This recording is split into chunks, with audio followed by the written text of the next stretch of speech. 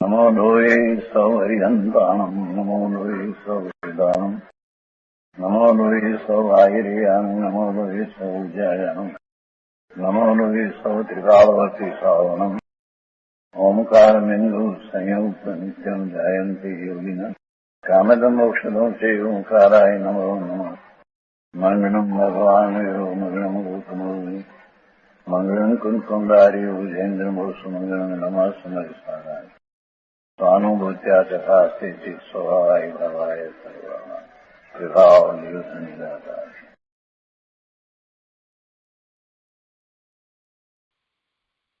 समयसार भगवान कुंकुंदाचार्य रचित समयसार तथा भगवान अमृतचंद्राचार्य रचित आत्मख्याति टीका कलश सहित एनो स्वाध्याय चाले छे। एमां परिशिष्टमां कलश 252 नो स्वाध्याय आपणे शरू कर्यो छे। कलश 252 एनो श्लोकार्थ एनो भावार्थ अने आ कलश पर पूज्य गुरुदेव कांजी स्वामीए आपेल प्रवचनमांथी કેટલાક અંશ આપણે કર્યા છે। હવે વિશેષ અંશો આજે લઈએ। કળશ 252 એ અસ્તિત્વ સંબંધીનો કળશ છે। અસ્તિત્વ સંબંધીના કુલ 8 કળશ છે। સ્વદ્રવ્યથી, સ્વક્ષેત્રથી, સ્વભાવથી અને સ્વકાળથી એમ 4 સ્વદ્રવ્ય ક્ષેત્ર કાળ ભાવથી પોતાનું અસ્તિત્વ છે એવા કળશ છે। અને તે પછીથી પરદ્રવ્ય, પરક્ષેત્ર, પરભાવથી પોતાનું અસ્તિત્વ નથી એમ બીજા 4 કળશ છે।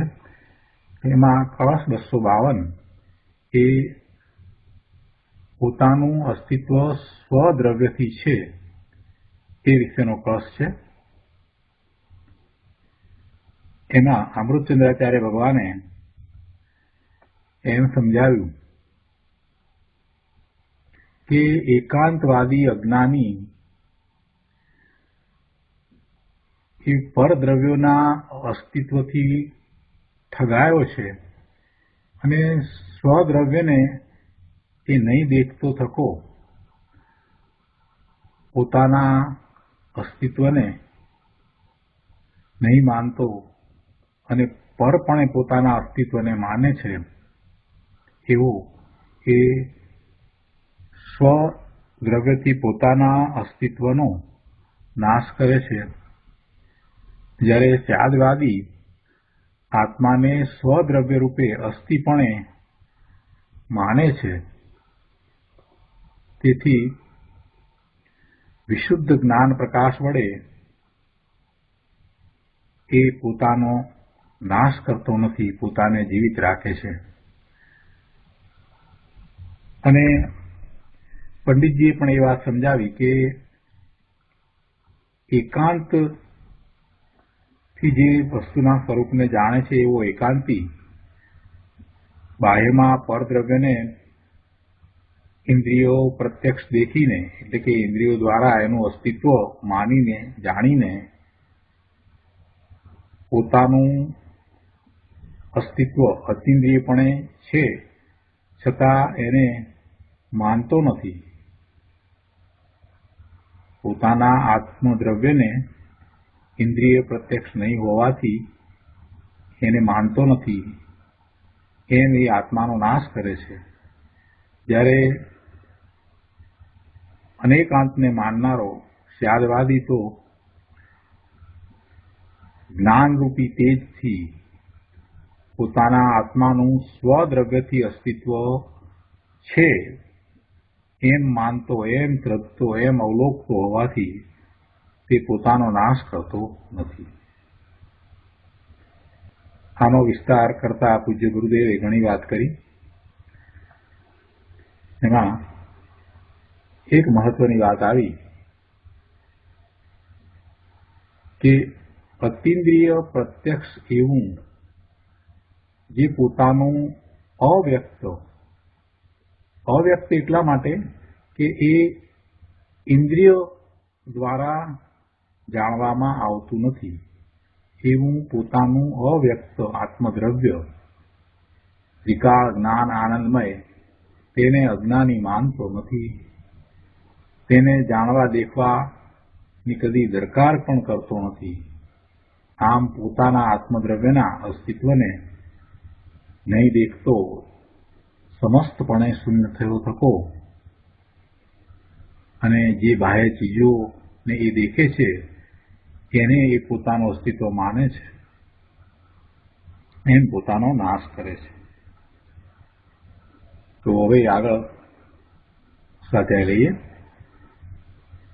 પ્રવચન રત્નાકર ભાગ 10 પાના નંબર 418 ઉપર ત્રીજા પેરેગ્રાફમાં ગુરુદેવે એ વાત કરી અને પછી એમ કહ્યું કે શ્રીમદજીએ પણ કહ્યું છે કે ઘટપટ આદિ જાણતું તેથી તેને માન, જાણનારને માન નહીં કહીએ કેવું જ્ઞાન. જાણનારની હયાતીમાં જ્ઞાન ભૂમિકામાં આ બધી બાહ્ય ચીજો દેખીને આ જાણનારો તે હું છું એમ ન માનતા આ બાહ્ય ચીજો જ જે ઇન્દ્રિયો દ્વારા જાણવામાં આવે છે તે હું છું એમ માનીને પોતે શૂન્ય ભાવરૂપ થયો થકો અજ્ઞાની પોતાનો નાશ કરે છે. આ બધું મોહને કારણે છે. એટલે ગુરુદેવ કહે છે કે મોહનો કોઈ ગજબ મહિમા છે. આખું જગત મોહથી મૂર્છા પામી ઠગાઈ રહ્યું છે અને આચાર્ય દેવે આખા જગતનો ચિતાર ખડો કર્યો છે. હવે આગળ સ્વાધ્યાય લઈએ. પાના નંબર 419 ઉપર બીજા પેરેગ્રાફમાં ગુરુદેવ સમજાવે છે કે પોતાની ચૈતન્ય વસ્તુ પોતાથી એટલે સ્વદ્રવ્યથી છે. પોતાની ચૈતન્ય વસ્તુ પોતાથી સ્વદ્રવ્યથી છે, પણ એના ભાન વિના સ્વદ્રવ્યને નહીં દેખતો અને પરને ઇન્દ્રિયો દ્વારા જાણે છે. એટલે એ પરને લઈને મને ઠીક પડે છે, પરથી મારું હોવાપણું છે એમ અજ્ઞાની માને છે. હું સ્વદ્રવ્યથી સંપૂર્ણ છું એમ જાણવા અનુભવવાને બદલે પોતાનું ત્રિકાળ જ્ઞાન સ્વરૂપ છે, પોતે પૂર્ણ છે, જ્ઞાન સ્વભાવી છે, નિત્ય અખંડ એક રૂપ અભેદ છે એવા પોતાના સ્વરૂપને એ જાણતો નથી. એટલે હું સ્વદ્રવ્યથી સંપૂર્ણ છું એમ એ જાણતો નથી, એટલે એવું અનુભવતો પણ નથી. એટલે એવું જાણવા અનુભવવાને બદલે જે પર વસ્તુઓને જાણે છે એ પર વસ્તુઓમાં પોતાનું અસ્તિત્વ સ્થાપે છે. પર વસ્તુઓ હોય તો ભરેલો દેખાઉં એમ માનીને અજ્ઞાની પોતાના ભાવથી ખાલી શૂન્ય થયો થકો પોતાની અનાદિ અનંત નિત્ય સ્વદ્રવ્યરૂપ ચૈતન્ય સત્તાનો નાશ કરે છે. વાસ્તવમાં તે સ્વદ્રવ્યનું ખૂન કરનારો ખૂની છે, એ આત્મઘાતી છે. પોતાના અસ્તિત્વનો સ્વીકાર કરતો નથી, પોતાને જાણતો નથી, પોતાને અનુભવતો નથી અને ઇન્દ્રિય દ્વારા જે દેખાય છે એવું આ શરીર મન વાણી એને પોતાનું અસ્તિત્વ માને છે. એમ એ પોતાના સ્વરૂપનો ઘાત કરવાવાળો આત્મઘાતી છે. છેલ્લા પેરેગ્રાફમાં ગુરુદેવ સમજાવે છે કે એનાથી વિપરીત ત્યાગવાદી છે એ તો શુદ્ધ ચૈતન્ય સત્તામય સ્વદ્રવ્યથી હું સત છું એમ માને છે. ધર્મી ત્યાગવાદી તો શુદ્ધ ચૈતન્ય સત્તામય સ્વદ્રવ્યથી હું સત છું એટલે હોવાપણે છું એમ નિપુણપણે આત્માને અવલોકે છે. અસ્થિપણે હું પૂર્ણ છું એમ જ્યાં અંદરમાં પોતાના જ્ઞાન શ્રદ્ધાનમાં સ્વીકાર થયો કે તત્કાળ અંદર અસ્થિમાંથી જ્ઞાન ઉછળ્યું ને તે જ્ઞાનની દશામાં ભાસ થયો કે આ પૂર્ણ જ્ઞાન ઘણ વસ્તુ હું મારાથી જ અસ્થિરૂપ છું. શું કહ્યું? કે પોતાના જ્ઞાન શ્રદ્ધાનમાં જ્યારે એને સ્વીકાર થયો કે હું પૂર્ણ છું એમ અંદરમાં લક્ષ જતા સ્વીકાર થયો, ધ્રુવ તરફ દ્રષ્ટિ જતા પોતાના જ્ઞાન દર્શનના ઉપયોગ જતા પોતાના સ્વરૂપનો ખ્યાલ આવ્યો અને પોતાના જ્ઞાન શ્રદ્ધાનમાં એનો સ્વીકાર થયો કે તત્કાળ અંદર અસ્થિમાંથી જ્ઞાન ઉછળ્યું, જે હોવાપણે હતું એ પ્રગટ થયું અને તે જ્ઞાનની દશામાં ભાસ થયો કે આ પૂર્ણ જ્ઞાન ઘન વસ્તુ હું મારાથી જ અસ્થિરૂપ છું.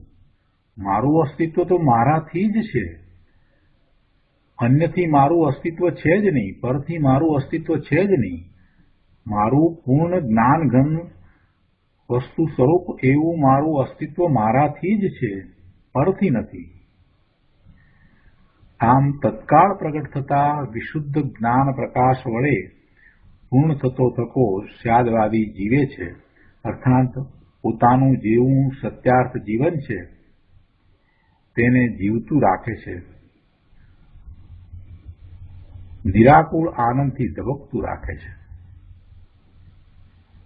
આગળ કહે છે 420 પાના ઉપર, હું પરને લઈને છું, પર વડે મારું સત્વ છે એમ માનીને અજ્ઞાની પોતાના ત્રિકાળી સ્વતત્વનો શ્રદ્ધાનમાં નાશ કરે છે. જ્યારે ધર્મી પુરુષ પોતાના જ્ઞાનઘન સ્વરૂપ પૂર્ણ દ્રવ્યને સ્વપણે અસ્થિરૂપ સ્વીકારીને આત્માને જેવો છે તેવો જીવતો ટકતો રાખે છે. આવો માર્ગ છે. ગુરુદેવ કહે છે આ તો એકલો ન્યાયનો માર્ગ છે. આગળ બીજા પેરેગ્રાફમાં કહે છે કે સ્યાદવાદી હું સ્વદ્રવ્યપણે સત છું એમ પોતાને નિપુણપણે અવલોકે છે. એટલે શું? કે હું એક જ્ઞાયક ભાવ માત્ર છું એમ પોતાને અભેદપણે અનુભવે છે. હું એક જ્ઞાયક ભાવ માત્ર છું એમ પોતાને અભેદપણે અનુભવે છે. હું અને જ્ઞાયક ભાવ એમ ભેદ પણ એમાં રહેતો નથી. અભેદ તન માત્ર વસ્તુનો અનુભવ છે. બેપણું નથી રહેતું. જ્યારે અનુભવ થાય છે તો અનુભવના કાળે ઉપયોગ શુદ્ધ છે. અનુભૂતિ થાય છે તે વેળા અનુભવ કરનારો અને જેનો અનુભવ થાય છે એ બેપણું રહેતું નથી. એમાં કોઈ ભેદ રહેતો નથી. અને જેને આવું અનુભવ સહિત પોતાનું સ્વરૂપ જણાયું છે એને હવે કોઈ શંકા આશંકા કાંઈ રહ્યું નથી. પોતે પોતાથી છે, પોતાના દ્રવ્યથી છે, પોતાના ક્ષેત્રથી છે, પોતાના કાળ અને પોતાના ભાવથી છે, પણ પર દ્રવ્ય, પર ક્ષેત્ર, પર કાળ અને પર ભાવથી નથી. એ સ્પષ્ટ છે. આગળ કહે છે સમયસાર કળશ ટીકામાં આ કળશના અર્થમાં વિશેષ સૂક્ષ્મતાથી વાત કરી છે. ત્યાં નિર્વિકલ્પ માત્ર અભેદ વસ્તુ જેમાં ગુણ ભેદ પણ નહીં તેને સ્વદ્રવ્ય કહ્યું છે. શું કહ્યું છે ત્યાં? કે નિર્વિકલ્પ માત્ર અભેદ વસ્તુ જેમાં કોઈ વિકલ્પ સમાતો નથી. અભેદ વસ્તુ, ભેદ પણ નથી, જેમાં ગુણ ભેદ પણ નહીં. ગુણ ભેદ નહીં એટલે આ અનંત ગુણનો પિંડ એવો ભગવાન આત્મા એમ પણ નહીં. ગુણ અને ગુણીનો ભેદ પણ નહીં. એને સ્વદ્રવ્ય કહ્યું છે. આધાર માત્ર વસ્તુનો પ્રદેશ અર્થાત અસંખ્ય પ્રદેશી હોવા છતાં એવા ભેદથી રહિત એક ક્ષેત્ર તેને સ્વક્ષેત્ર કહ્યું છે. જો ક્ષેત્ર તો એ અસંખ્ય પ્રદેશી છે એમ કહીએ ત્યારે એ તો એનું પરિમાણ છે, પણ એ ક્ષેત્ર તો એનું પોતાનું જ છે ને. અસંખ્ય પ્રદેશી હોય એટલે કાંઈ એમાં પરનું ક્ષેત્ર થોડું આવી જાય છે. આધાર માત્ર વસ્તુનો પ્રદેશ અર્થાત અસંખ્ય પ્રદેશી હોવા છતાં એવા ભેદથી રહિત, એમાં ભેદ પડતો નથી. અસંખ્ય પ્રદેશ છે તો કાંઈ એક એક કરીને ભેદરૂપ પ્રદેશ છે એમ નથી. એ એક રૂપે જ છે, એક ક્ષેત્ર છે. અને એ ક્ષેત્ર અસંખ્ય પ્રદેશી છે એ તો એનું માપ થયું. તેથી કાંઈ એમાં પરક્ષેત્ર આવી જાય છે એમ તો છે નહીં. એ સ્વક્ષેત્ર જ છે. ભગવાન આત્મા પોતાના ક્ષેત્રથી જ રહ્યો છે, અન્યના ક્ષેત્રથી એ રહ્યો જ નથી. વળી કહે છે વસ્તુ માત્રની મૂળ અવસ્થા આખી ત્રિકાળ સ્થિતિ એક વસ્તુ તેને સ્વકાળ કહ્યો છે. વસ્તુ માત્રની મૂળ અવસ્થા એટલે કે ત્રણેય કાળની સ્થિતિ, ત્રિકાળ સ્થિતિ. મૂળ અવસ્થા એટલે ત્રણેય કાળની સ્થિતિ એક વસ્તુ તેને સ્વકાળ કહ્યો છે.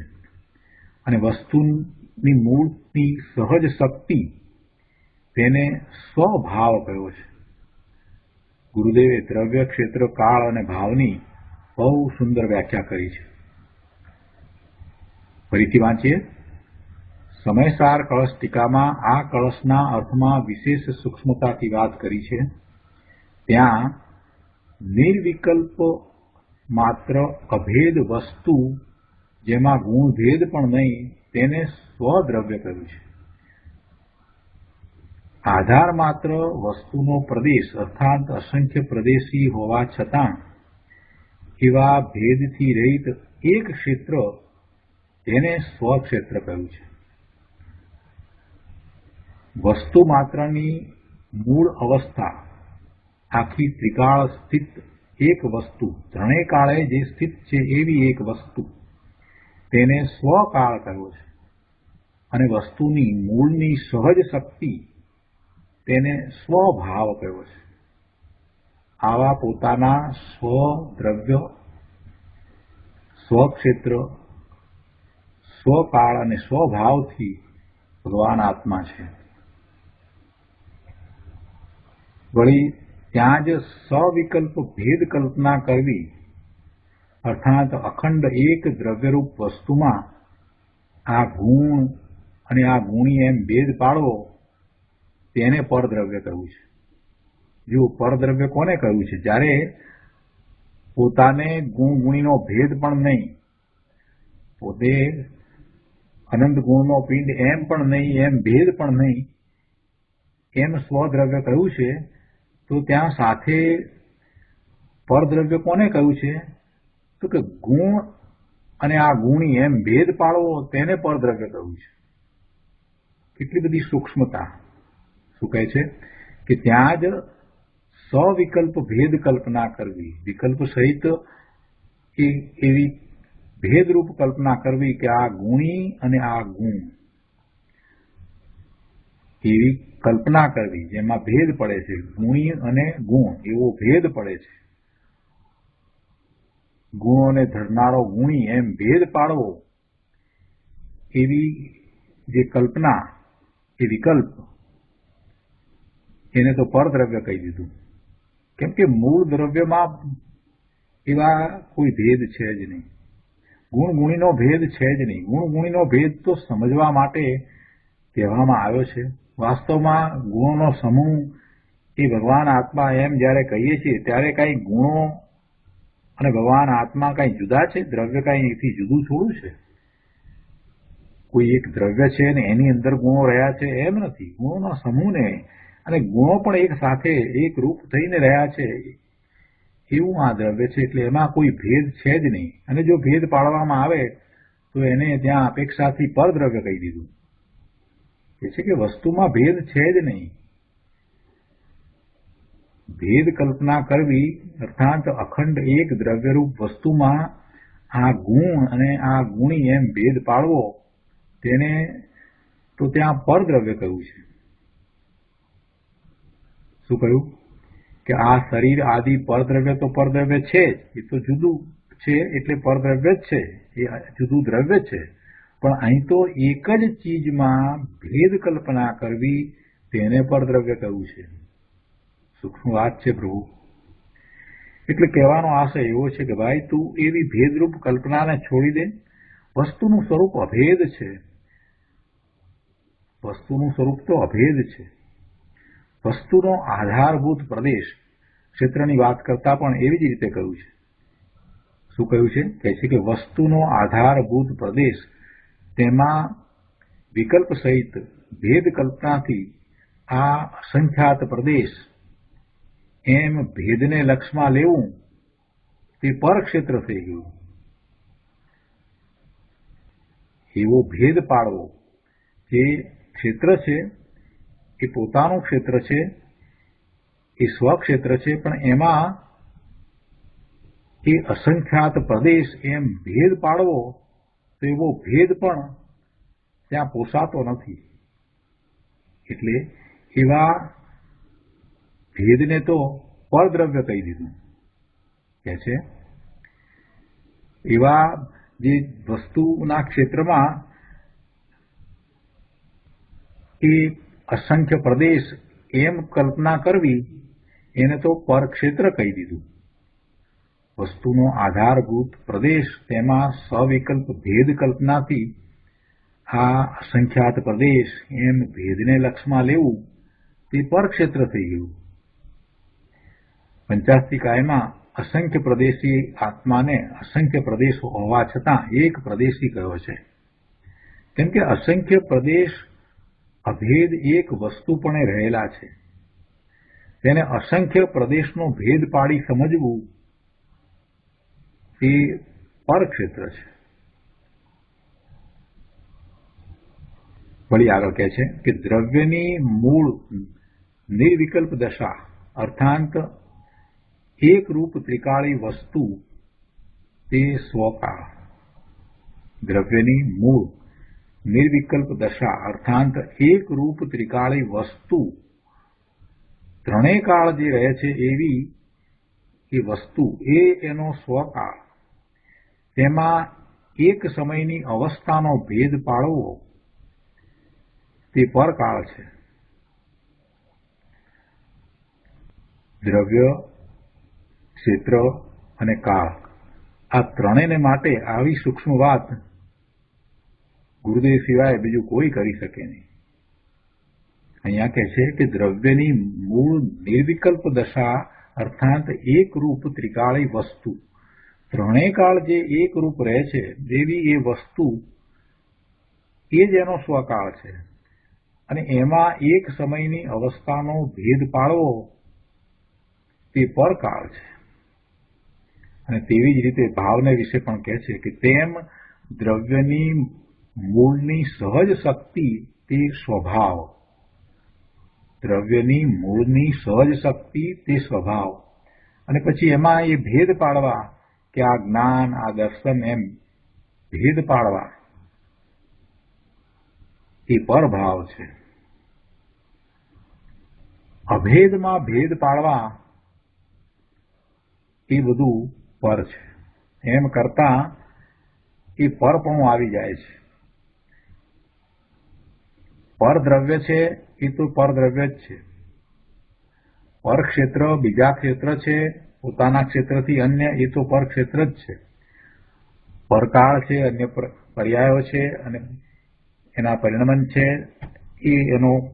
એ પરકાળ છે, એ તો પરકાળ છે જ. અને પરભાવ અન્ય દ્રવ્યના ભાવ, બીજા પદાર્થના ભાવ એ બધું તો પરભાવ છે જ. પણ અહીંયા તો સૂક્ષ્મતાથી વાત કરી કે પોતાની વસ્તુની અંદર પણ જો ભેદરૂપ કલ્પના કરવામાં આવે તો એ પર થઈ જાય છે. સૂક્ષ્મ વાત છે પ્રભુ. આ દ્વારા ગુરુદેવ આપણને એ સમજાવવા માંગે છે કે અભેદ પોતાનું સ્વરૂપ છે, પૂર્ણ સ્વરૂપ છે, એને કોઈની અપેક્ષા નથી. સમજવા માટે બધું ભલે કહેવામાં આવે પણ એ અભેદ છે. તું અભેદની દ્રષ્ટિ કર. તારો દ્રષ્ટિનો વિષય અભેદ છે, એમાં કોઈ ભેદ નથી. તું ગુણ ગુણીનો ભેદ પાડવા જઈશ તો ભાઈ તારી દ્રષ્ટિ ધ્રુવ તરફ નહીં જાય. તને આત્માના સ્વરૂપનો જેવું છે તેવા સ્વરૂપનો અનુભવ નહીં થાય. ભેદ ઉપર દ્રષ્ટિ પડતા તને અભેદ દ્રષ્ટિ ન થતા તને સાચું સ્વરૂપ અનુભવમાં નહીં આવે. એટલે અભેદ દ્રષ્ટિ કરાવવા માટે આવી સૂક્ષ્મ વાત કરવામાં આવી છે. ટૂંકમાં ત્રિકાળી એકરૂપ વસ્તુ તે સ્વદ્રવ્ય, તે જ સ્વક્ષેત્ર, તે જ સ્વકાળ અને તે જ સ્વભાવ છે. એમાં જે ભેદ કલ્પના કરવામાં આવે તે પરદ્રવ્ય, પરક્ષેત્ર, પરકાળ અને પરભાવ છે. આવી ભેદ કલ્પના રહિત અભેદ એક જે સ્વદ્રવ્ય વસ્તુ તેને સ્યાદવાદી નિપુણપણે અવલોકે છે, અનુભવે છે. અને એ કઈ રીતે અને શા વડે અનુભવે છે તો કહે છે કે નિર્મળ ભેદ જ્ઞાનના પ્રકાશ વડે એને અનુભવે છે. અને એમ પોતાના અસ્તિત્વને એ જીવિત રાખે છે. આનું નામ ધર્મ, આ સાચું જીવન. ભાવાર્થ ઉપરના પ્રવચનમાં ગુરુદેવ સમજાવે છે કે જુઓ, આ શરીર, ઇન્દ્રિય, વાણી, સ્ત્રી, કુટુંબ, પરિવાર ઇત્યાદિ બધું એને ઇન્દ્રિયો દ્વારા પ્રત્યક્ષ જણાય છે. તેથી તેની હયાતી માને છે, તેના અસ્તિત્વને તે માને છે. કર્મ એને પ્રત્યક્ષ નથી દેખાતા, છતાં કર્મનું ફળ, જે અનુકૂળ અને પ્રતિકૂળ સંયોગો તે તેને દેખાય છે. તેથી કર્મનું અસ્તિત્વ એનું હોવાપણું પણ તે સ્વીકારે છે. પણ એ બધાને જાણનારો, એ સર્વનો જાણનારો, એનું બધાનું જ્ઞાન કરનારો હું એ સર્વથી ન્યારો જુદો છું એમ તે સ્વીકારતો નથી. અંદર આનંદનું ધામ જ્ઞાન ઘન પ્રભુ પોતે સ્વપણે, હોવાપણે, સતપણે બિરાજે છે. છતાં તે ઇન્દ્રિય પ્રત્યક્ષ નથી, ઇન્દ્રિય દ્વારા જાણવામાં આવતો નથી. તેથી તેને સ્વીકારતો નથી. કાંઈ નથી એમ શૂન્ય માની અજ્ઞાની આ રીતે પોતાનો નાશ કરે છે. પોતાના અસ્તિત્વને સ્વીકારતો નથી, પળમાં પોતાનું અસ્તિત્વ માને છે. એમ એ પોતાને શૂન્ય માની પોતાનો નાશ કરે છે. આગળ કહે છે કે જ્યારે સ્યાદવાદી તો જ્ઞાનરૂપી તેજથી પોતાના આત્માનું સ્વદ્રવ્યથી અસ્તિત્વ અવલોકતો હોવાથી જીવે છે, પોતાનો નાશ કરતો નથી. ધર્મી સ્યાદવાદી વર્તમાન દશાને અંતરમાં વાળીને પોતે એક શુદ્ધ ચૈતન્યની હયાતીવાળું તત્વ છે એમ સ્વીકારે છે. તેથી તે જીવિત છે. તે પોતાને આપઘાતથી બચાવે છે. પરથી, રાગથી હું છું એમ માનતો અજ્ઞાની પોતાના સ્વદ્રવ્યનો જ નિષેધ કરીને આપઘાત કરે છે. જ્યારે આ સ્યાદવાદી જ્ઞાની ધર્મી એ તો પોતે એક શુદ્ધ ચૈતન્યની હયાતીવાળું તત્વ છે એમ સ્વીકારે છે અને પોતાનું દ્રવ્ય પોતાથી છે, પોતાનું અસ્તિત્વ પોતાથી છે. એમાં દ્રવ્ય, ક્ષેત્ર, કાળ અને ભાવ એ પોતાના છે અને એનાથી પોતાનું અસ્તિત્વ છે એમ એ પોતાને જીવિત રાખે છે. તે પોતાને આપઘાતથી આ રીતે બચાવે છે. જ્યારે પેલો અજ્ઞાની પરથી પોતાને જે વિભાવ ભાવ છે, શુભાશુભ ભાવ છે, એનાથી પોતાનું અસ્તિત્વ માને છે. શરીરથી, મનથી, વાણીથી પોતાનું અસ્તિત્વ માને છે. અને એમ માનતા એ સ્વદ્રવ્યને વિસરી જાય છે અને સ્વદ્રવ્યનો જ નિષેધ કરીને આપઘાત કરે છે. જે એને ઇન્દ્રિય દ્વારા જણાતું નથી એનો એ નિષેધ કરે છે. પોતાનું અસ્તિત્વ જે ઇન્દ્રિય ગોચર નથી, ઇન્દ્રિય દ્વારા જણાય એવું નથી, એને એ માનતો નથી, અને જે ઇન્દ્રિય દ્વારા જણાય છે એને એ પોતાનું અસ્તિત્વ માને છે, અને એમ મિથ્યા ભાવ વડે પોતાને મરણતોલ કરી નાખે છે. જ્યારે સ્યાદવાદી નિજ સ્વરૂપનો યથાતથ્ય સ્વીકાર કરીને, એટલે જેવું છે તેવા નિજ સ્વરૂપને માનીને સ્વીકારીને એ જીવિત રહે છે અને નિરાકુળ આનંદનું જીવન જીવે છે. આવી વાત છે. તો આ પ્રમાણે સ્વદ્રવ્ય અપેક્ષાથી અસ્તિત્વનો સત્પણાનો ભંગ અહીંયા પૂરો થયો. સ્વદ્રવ્યથી પોતે છે, સ્વદ્રવ્યથી સત્પણું, એ ભંગ અહીંયા પૂરો થયો. હવે પરદ્રવ્યથી નાસ્તિ, પોતાનું અસ્તિત્વ પરદ્રવ્યથી નથી, એ છઠ્ઠા ભંગમાં કહેવામાં આવ્યું છે. તો હવે છઠ્ઠા ભંગના કળશ રૂપે કાવ્ય કહેવામાં આવે છે. અમૃતચંદ્રાચાર્ય ભગવાન 253મો કળશ કહે છે. તો આપણે 253 કળશ લઈએ. સર્વ દ્રવ્યમયમ પ્રપદ્ય પુરુષમ દુર્વાસન આ વાસિત સ્વદ્રવ્ય ભ્રમત પશુ કિલ પર દ્રવ્યેષુ વિશ્રામ્યતિ સ્યાદવાદી તુ સમસ્ત વસ્તુષુ પરદ્રવ્યાત્મના નાસ્તિતા जानन निर्मल शुद्ध बोध महिमा स्वद्रव्यम एव आश्रयेत. કળશ 253ના અર્થમાં કહે છે કે પશુ અર્થાત સર્વથા એકાંતવાદી અજ્ઞાની દુર્વાસનાવાસિત, દુર્વાસનાથી વાસિત થયો થકો, દુર્વાસનાથી વાસિત થયો થકો એટલે કે કુનયની વાસનાથી વાસિત થયો થકો. કુનય, નય એ તો દ્રષ્ટિકોણ છે ને, જ્ઞાનનો અંશ છે ને. અનેક નય દ્વારા આપણે વસ્તુને જાણીએ છીએ, તો એમાં જે કુનય, ખોટો નય, ખરાબ નય, જે વિપરીત નય છે, એવા વિપરીત નયને કુનય કયો છે. એનાથી એટલે એની વાસનાથી વાસિત થયો થકો એકાંતવાદી શું માને છે એ પહેલા જણાવ્યું છે. એટલે કે છે કે એકાંતવાદી અજ્ઞાની દુર્વાસનાથી એટલે કે કુનયની વાસનાથી વાસિત થયો થકો આત્માને સર્વદ્રવ્યમય માનીને પુરુષમ સર્વદ્રવ્યમય પ્રપદ્ય પરદ્રવ્યોમાં સ્વદ્રવ્યના ભ્રમથી પરદ્રવ્યોમાં વિશ્રામ કરે છે. સ્વદ્રવ્ય ભ્રમત પરદ્રવ્યેષુ કિલ વિશ્રામ્યતિ. શું કહ્યું કે સર્વથા એકાંતવાદી અજ્ઞાની દુર્વાસનાથી વાસિત થયો થકો આત્માને સર્વદ્રવ્યમય માનીને પરદ્રવ્યોમાં સ્વદ્રવ્યના ભ્રમથી પરદ્રવ્યોમાં વિશ્રામ કરે છે. પરદ્રવ્યોમાં સ્વદ્રવ્યના ભ્રમથી, પરદ્રવ્યમાં સ્વદ્રવ્ય માનીને, એવો એને ભ્રમ છે એમ માનીને એ પરદ્રવ્યોમાં વિશ્રામ કરે છે, પરદ્રવ્યોને વિશે જ રહે છે.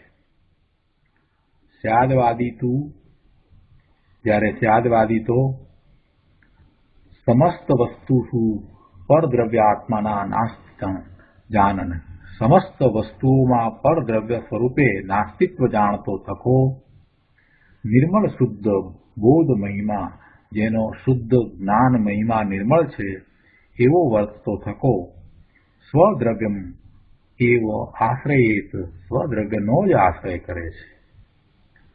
સ્યાદવાદી તો સમસ્ત પરવસ્તુઓમાં પરદ્રવ્ય સ્વરૂપે નાસ્તિત્વ જાણતો થકો, સમસ્ત વસ્તુઓમાં પરદ્રવ્ય સ્વરૂપે પોતાનું અસ્તિત્વ નહીં માનતો થકો, નહીં સ્વીકારતો થકો, જેનો શુદ્ધ જ્ઞાન મહિમા નિર્મળ છે એવો વર્તતો થકો સ્વદ્રવ્યનો જ આશ્રય કરે છે.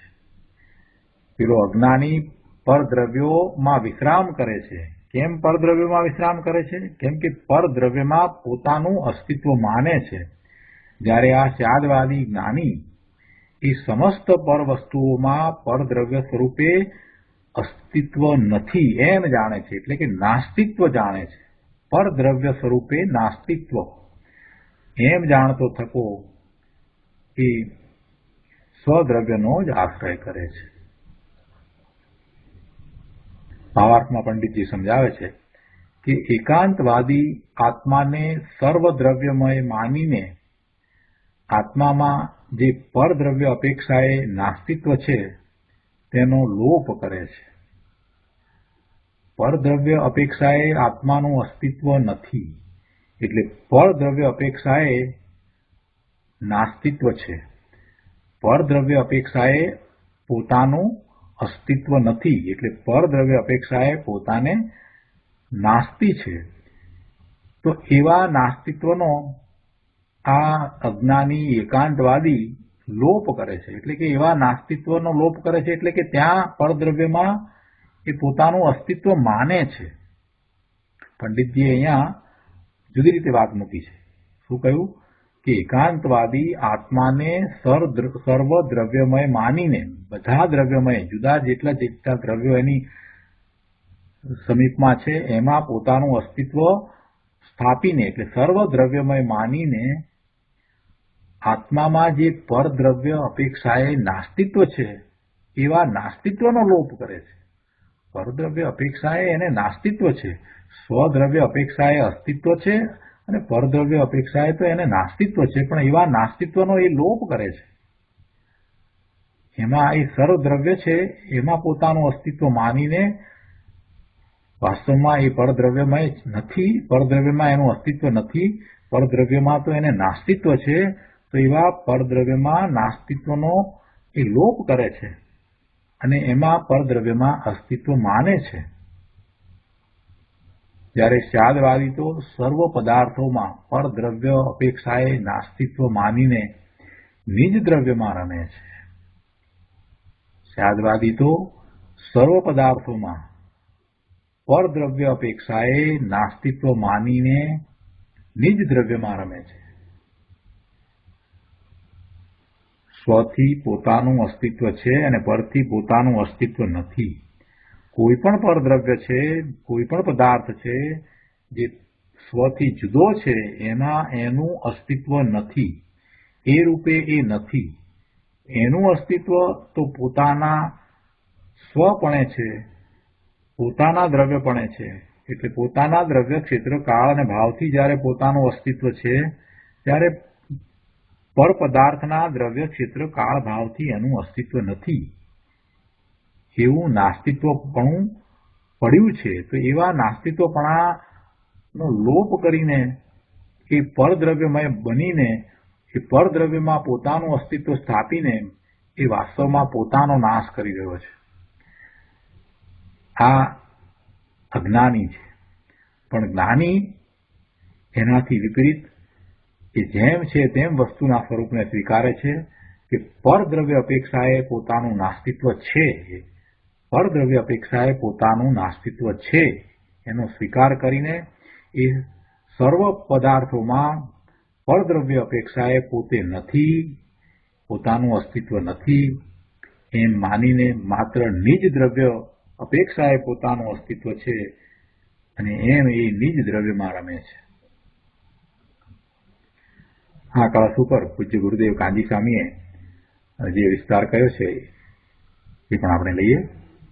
પ્રવચન રત્નાકર ભાગ 10મો, પાના નંબર 422. ગુરુદેવ અહીંયા કહે છે કે જુઓ, પર વસ્તુ છે તો હું છું, પર વસ્તુ ન રહે તો હું ન રહું. પર વસ્તુ છે તો હું છું અને પર વસ્તુ ન રહે તો હું ન રહું. જેમ કે આ શરીર છે તો હું છું અને શરીર નથી તો હું રહેતો નથી. એમ પરથી જ પોતાને માનવાવાળા એકાંતવાદી બધા પશુ છે એમ આચાર્ય ભગવાન કહે છે. આ પશુની વ્યાખ્યા. કોને પશુ કયા? એકાંતવાદીઓ. અને એ પર વસ્તુમાં પોતાનું અસ્તિત્વ માને છે એ બધા પશુ છે. પર વસ્તુ દ્વારા પોતાનું અસ્તિત્વ છે એટલે પર વસ્તુ છે તો પોતે છે, અને જો પર વસ્તુ ન રહે તો પછી પોતાનો નાશ થઈ જાય તો પોતે પણ ન રહે. એમ પરથી જ પોતાને માનવાવાળા એકાંતવાદી બધા પશુ છે એમ કહ્યું. આ પશુની વ્યાખ્યા. ગુરુદેવ કહે છે કે બહુ આકરી વાત છે આ, પણ સત્ય છે. આવો એકાંતી દુર્વાસનાથી એટલે કુનયની વાસનાથી વાસિત છે. એના ચિત્તમાં પર વસ્તુથી હું છું એવા કુનયની ગંધ ઘૂસી ગઈ છે. પર વસ્તુથી હું છું એવો નય, એવો જ્ઞાનનો અંશ એ તો અસત્ય છે, એ તો ખોટી વાત છે. કોઈ નય દ્વારા પર વસ્તુથી હું છું એમ છે જ નહીં, એટલે એ તો નય કુનય થયો. કોઈ પણ રીતે પરવસ્તુથી પોતાનું સ્વરૂપ હોય એવો દ્રષ્ટિકોણ એ તો કુનય છે. પણ એવા એકાંતવાદીને એવી વાસના ઘૂસી ગઈ છે, એવો કુનય છે કે પર વસ્તુથી હું છું. ગુરુદેવ આગળ સમજાવે છે કે જુઓ તો ખરા સંસારમાં કેવી વિચિત્રતા છે. કોઈ કહે અરે સ્ત્રી મરી ગઈ, હવે એક ક્ષણ પણ કેમ જીવી શકું? તો કોઈ નાના બાળકના મા બાપનો વિયોગ થતા લોક કહે અરે બિચારો નોંધારો થઈ ગયો. કોઈ નાના બાળકના માતા પિતા મરી જાય, એનો વિયોગ થાય તો એમ કહે ને કે બિચારો બાળક તો નોંધારો થઈ ગયો. તો પછી કોઈનું ધન લૂંટાઈ જાય તો રોકકળ કરે કે હાય હાય હવે કેમ જીવીશ. કોઈ તો આબરૂના માર્યા ઝેર ખાઈને પણ મરી જાય. પોતાની આબરૂ ગઈ હોય તો એ ઝેર ખાઈને મરી જાય. મરીને પણ આબરૂ રાખવા માંગે છે, બોલો. એટલે ગુરુદેવ શું સમજાવે છે કે આ બધું જે પર છે એ પર દ્વારા પોતાનું અસ્તિત્વ માની રહ્યા છે. પેલો આબરૂ દ્વારા પોતાનું અસ્તિત્વ માને છે, તો કોઈ ધન દ્વારા પોતે રહ્યો છે, ધન નથી તો હવે કેવી રીતે જીવશે એમ માને છે. તો કોઈ મા બાપ વિના નોંધારો થઈ ગયો, મા બાપ નથી તો હવે એનું અસ્તિત્વ કેમ ટકશે, કેમ એ જીવશે, કેમ એ રહેશે. તો કોઈ પોતાની સ્ત્રી મરી જાય તો કે હવે હું એક ક્ષણ પણ નહીં જીવી શકું એમ માને છે, બોલે છે. આ કોઈથી રહેતું હશે? ગુરુદેવનું પૂછવું એમ છે, કહેવું એમ છે કે કોઈ કોઈના કારણે છે કે પોતાના કારણે છે? ગુરુદેવ કહે છે કે આવા જીવો બધા કુનયની દુર્વાસનાથી વાસિત છે. પરદ્રવ્યથી પર વસ્તુથી મારું જીવન છે એવી દુર્વાસના એમને ઘર કરી ગઈ છે. આ પૈસાથી અમે જીવીએ છીએ, પૈસા ન હોય તો કાંઈ જીવન છે જ નહીં. આ ઘર છે તો સારું છે, નહીંતર અમારું શું થાત?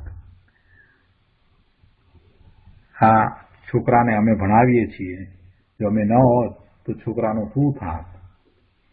એમ પર દ્વારા જ જીવનની કલ્પના કરી છે. ક્યાંય પોતા દ્વારા પોતે છે, પોતા દ્વારા પોતે રહ્યો છે, પોતાનું અસ્તિત્વ છે, પોતાને આનંદ છે, પોતાને પૂર્ણતા છે, પોતાને સુખ છે, એ વાત તો છે જ નહીં. પોતા દ્વારા અને પોતામાંથી પોતાને જ્ઞાન, આનંદ, સુખ, શાંતિ પ્રાપ્ત થાય છે એ તો વાત છે જ નહીં. બધું પર દ્વારા છે. એટલે ગુરુદેવ કહે છે કે પર દ્રવ્યથી, પર વસ્તુથી મારું જીવન છે એવી દુર્વાસના એમને ઘર કરી ગઈ છે. બહુ સરસ વાત ગુરુદેવે સમજાવી છે. આપણે પણ એવું જ માની રહ્યા છીએ ને, કેટલા પાંગળા થઈ જઈએ છીએ. આ નહીં થાય તો અમારું શું થશે, આમ નહીં થાય તો શું થશે, આ તેમ નહીં થાય તો શું થશે. બધું પર ઉપર જ જાણે કે આધારિત હોય, પર દ્વારા જ આખું જીવન હોય એવું સવારથી સાંજ સુધી આપણે માનીએ છીએ. વાસ્તવમાં એમ છે નહીં. પોતાને જે કાંઈ પ્રાપ્ત થાય એ પોતાને કારણે છે, બાકી પરને કારણે તો છે જ નહીં. સંયોગો પોતાને એવા પ્રાપ્ત થયા છે, સંયોગો એવા મળ્યા છે, તો એથી પોતાનું જીવન છે. સંયોગો ન હોય તો એનું પોતાનું કોઈ જીવન જ નથી. સિદ્ધ ભગવાનને કોઈ જીવન જ નથી. કોઈ સંયોગો નથી સિદ્ધને, તો શું એમને કોઈ જીવન નથી? આ અનેક પ્રકારના સંયોગો જે પ્રાપ્ત થાય શુભાશુભ ભાવના કારણે, જે કર્મના બંધ પડે અને એ કર્મનો ઉદય આવે, તો જે સંયોગો પ્રાપ્ત થાય તો એ સંયોગો દ્વારા પોતાનું જીવન છે. શું મારું જીવન આ સંયોગોને કારણે છે? સંયોગોમાં આ બધું મળ્યું, એ બધાનો જે સંયોગ થયો, આ કુટુંબીજનોનો સંયોગ થયો, આ ધન લક્ષ્મી આદિનો સંયોગ થયો, મકાન, કપડાં, કોમ્પ્યુટર બધું સંયોગમાં આવ્યું, તો આ બધાને કારણે મારું જીવન છે. એને કારણે હું આનંદમાં, સુખમાં, શાંતિમાં છું. એ ન હોય તો મારું કોઈ જીવન જ નથી. ક્યારેય આવો વિચાર આપણે કરતા નથી. સિદ્ધ ભગવાન કોઈ પણ પ્રકારના આવા સંયોગ વિના શાશ્વત સુખની દશામાં રહ્યા છે કે નહીં? સિદ્ધ ભગવાન કોઈ સંયોગોની આશા અપેક્ષા વિના પોતાના સ્વરૂપમાં પૂર્ણ આનંદ, સુખ, શાંતિની દશામાં અનંત કાળ સુધી રહેવાના છે. એમાંથી એ વિચલિત થાય એમ પણ નથી. એમને કોઈ સંયોગો નથી. હવે એમને કોઈ સંયોગો નથી. પોતાના સ્વરૂપમાં સ્થિર થયા છે. અને એવી દશા જ્યારે પ્રાપ્ત કરી છે, અને આપણે સંયોગોને ઈચ્છીએ છીએ, અને સંયોગોમાં આમ હોય તો અમારું કાંઈક ઠીક, આમ ન હોય તો અમે મુશ્કેલીમાં મુકાઈ જઈએ, આવી જ ભયની કલ્પનાથી દુઃખી થઈ રહ્યા છીએ. આમ થશે તો શું થશે, આમ થશે તો શું થશે? ગુરુદેવ કહે છે કે ભાઈ, તું તારાથી છો કે પરથી છો? તું તારા જ્ઞાન સ્વભાવથી, તારા આનંદ સ્વભાવથી, તારા સુખના સ્વભાવથી, તારા શાંતિના સ્વભાવથી, તારા નિર્મળતાના સ્વભાવથી, તારા સ્વચ્છતાના સ્વભાવથી તો તું છો. અને એને કોઈ લઈ જઈ શકે એમ નથી. જે તારું છે તેને કોણ લઈ જઈ શકે? તારું છે એને તારાથી કોઈ દૂર કરી શકે એમ પણ નથી. તો એનું તો તું લક્ષ કરતો નથી અને નકામાનો દુઃખી થઈ રહ્યો છે. પરમાં લક્ષ કરીને, પરથી પોતાનું જીવન માનીને દુઃખી થઈ રહ્યો છે. પર દ્વારા પોતાનું અસ્તિત્વ માનીને દુઃખી થઈ રહ્યો છે. આ શરીર દ્વારા મારું અસ્તિત્વ છે. આ શરીર હવે નહીં ચાલે તો મારું શું થશે? હવે શરીરમાં આમ થશે તો મારું શું થશે? શરીરમાં રોગ આવશે તો મારું શું થશે? અરે ભાઈ, તારું કાંઈ થવાનું નથી. શરીરમાં રોગ આવશે તો ભલે શરીરમાં આવતો, તું તો ભગવાન આત્મા ત્રિકાળ જ્ઞાયક શુદ્ધ છો. એવા પોતાના શુદ્ધ સ્વરૂપનો અનુભવ કર. પછી તને દેખાશે કે શરીરથી તું ભિન્ન જુદો છો, અને શરીરમાં ગમે તેવી ઉપાધિ આવી હશે તે કાળે પણ તું તારા જ્ઞાન, આનંદ, સુખ, શાંતિમાં જ રહીશ. પણ એને વિશ્વાસ આવતો નથી. મહાપુરુષોએ આ વાત કહી છે, પણ એનો એને વિશ્વાસ નથી આવતો. એને નાની પુરુષ કહે છે કે અરે, આ તને શું થઈ ગયું ભાઈ? શું તારું હોવા પણ પરને લઈને છે? પરથી તો તું નાસ્તી છો ને પ્રભુ. તારું અસ્તિત્વ પરથી નથી. તારું ચૈતન્ય તત્વ સદાય નિજ ભાવથી ભિન્ન ટકી રહ્યું છે ને. તારા ભાવથી, પોતાના ભાવથી તારું અસ્તિત્વ સદાય રહ્યું છે. તારે પરથી શું કામ છે? આ તો ભ્રમણા છે. અને આ કેવી ભ્રમણા કે જે તારા નથી, જે તારા નથી તેને કલ્પના વડે કલ્પિતપણે તારા માને. જે તારા નથી એવા આ પર દ્રવ્ય, પર ક્ષેત્ર, પર કાળ, પર ભાવ, આ બધા પદાર્થો જે તારા નથી એને તું કલ્પના વડે તારા માને છે. આ તો ભ્રમણા, કેવી ભ્રમણા! નાની પુરુષ કહે છે કે દુર્વાસનાથી દૂર થા. એવી દુર્વાસનાથી તું, એવા કુનયથી દૂર થા. એ તારો કુનય છે કે જે દ્વારા તું પરમાં તારું સુખ, પરમાં તારું અસ્તિત્વ, પરમાં તારું હોવાપણું માને છે. એ કુનય છે. એવા કુનયની વાસનાથી દૂર થા. એવી દુર્વાસનાથી તું દૂર થા અને જોતો ખરો કે જેના વિના એક ક્ષણ પણ નહીં જીવાય એમ માનતો હતો એના વિના તારો અનંતકાળ વીત્યો છે. તું એક ક્ષણ માટે તો વિચાર કર કે તું જે માનતો હતો કે જેના વિના નહીં જીવાય એના વિના જ તું અનંતકાળ સુધી રહ્યો છો. વર્તમાનમાં જે સંયોગ મળ્યા છે એ સંયોગો વિના તે અનંતકાળ ગાળ્યો છે. વર્તમાનમાં જે સંયોગો મળ્યા છે એવા સંયોગો વિના તો તે અનંતકાળ કાઢ્યો છે. કેમ ભૂલી ગયો? ભૂતકાળમાં એવા અત્યારે જે સંયોગ પ્રાપ્ત થયા છે એ સંયોગ વિના, એ પદાર્થો વિના તો તું અનંતકાળ જીવ્યો છે. શ્રીમદજીના એક પત્રમાં આવે છે કે ભાઈ, વળી સ્મરણ થાય છે કે જેના વિના એક પળ પણ હું નહીં જીવી શકું એવા કેટલાક પદાર્થો, સ્ત્રી, પુત્ર, લક્ષ્મી વગેરે, તે અનંતવાર છોડતા તેનો વિયોગ થયો, અનંતકાળ પણ થઈ ગયો વિયોગનો, છતાંય તું રહ્યો, એના વિના જ તું જીવ્યો. એ વાત આવે છે કૃપાળુદેવનો.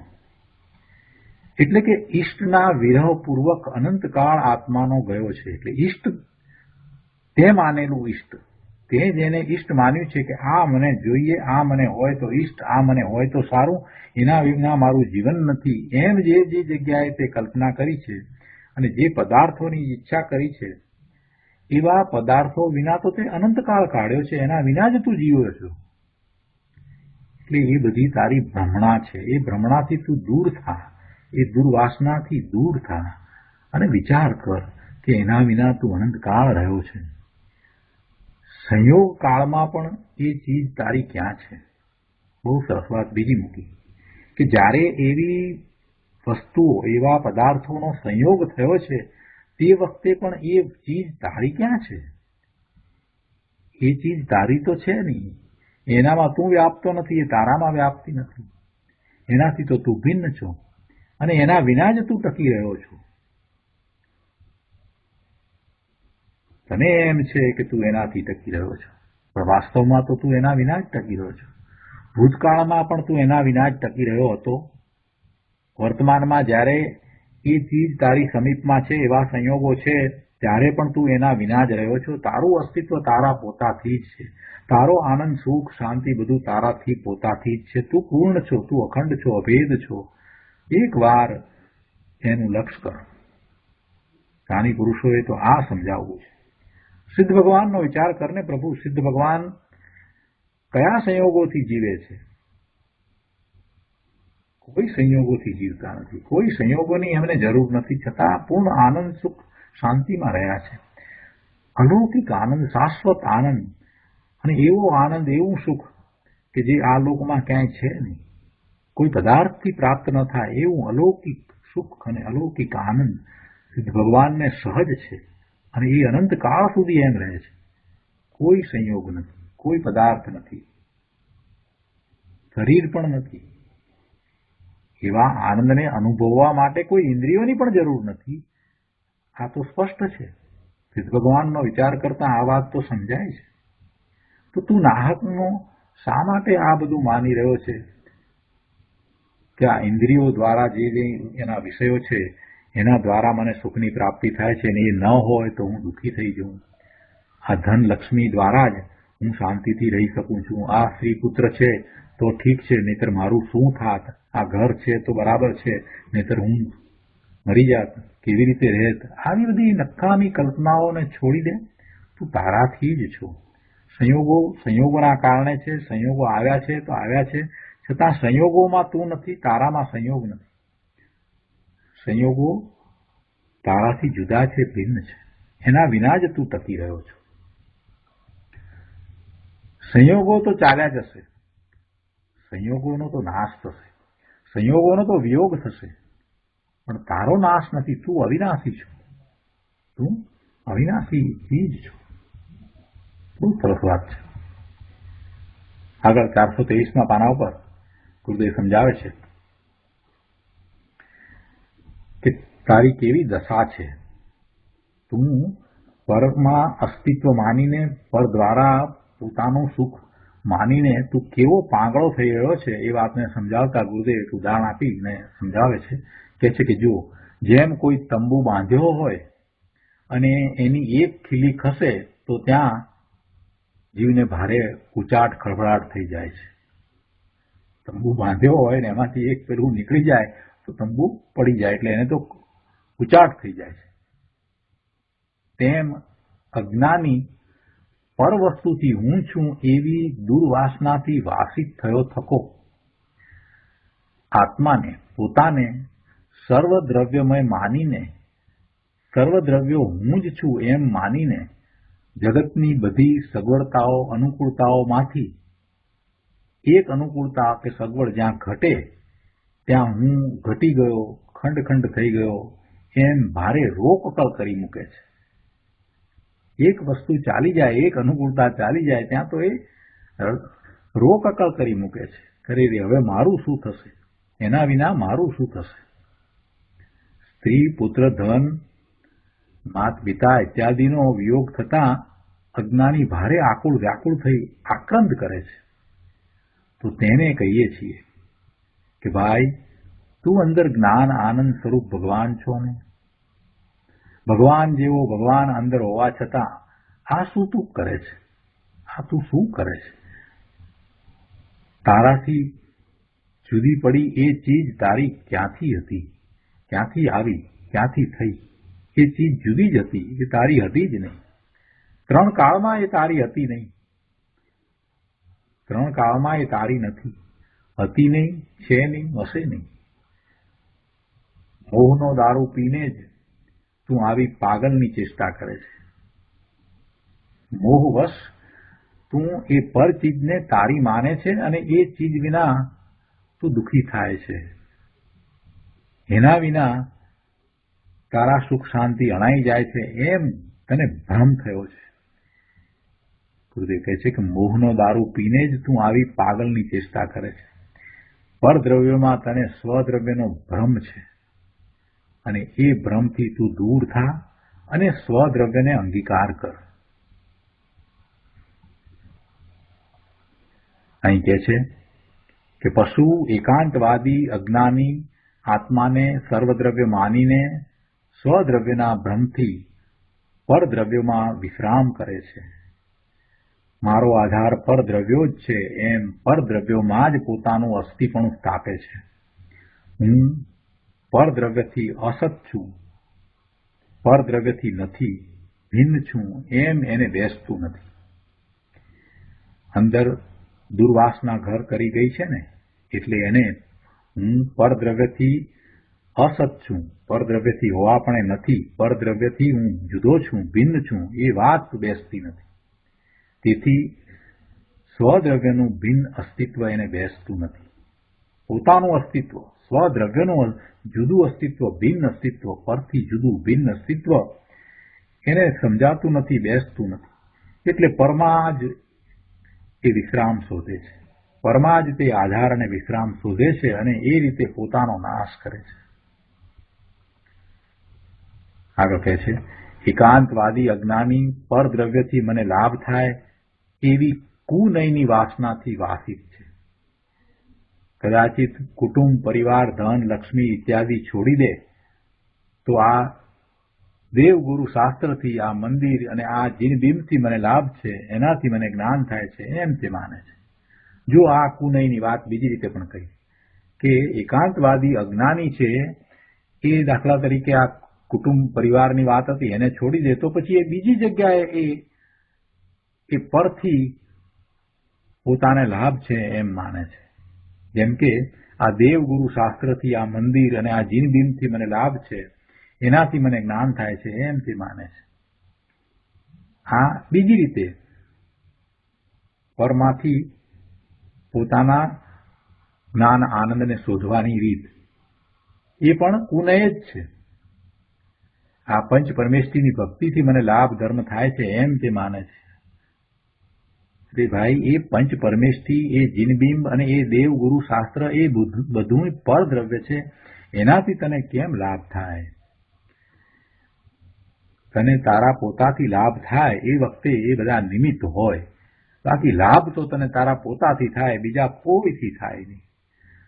તને ગુણ થાય, તને લાભ થાય એ તને તારા પોતાથી થાય, અને એ વખતે બીજા દેવગુરુ શાસ્ત્ર એ નિમિત્ત હોય.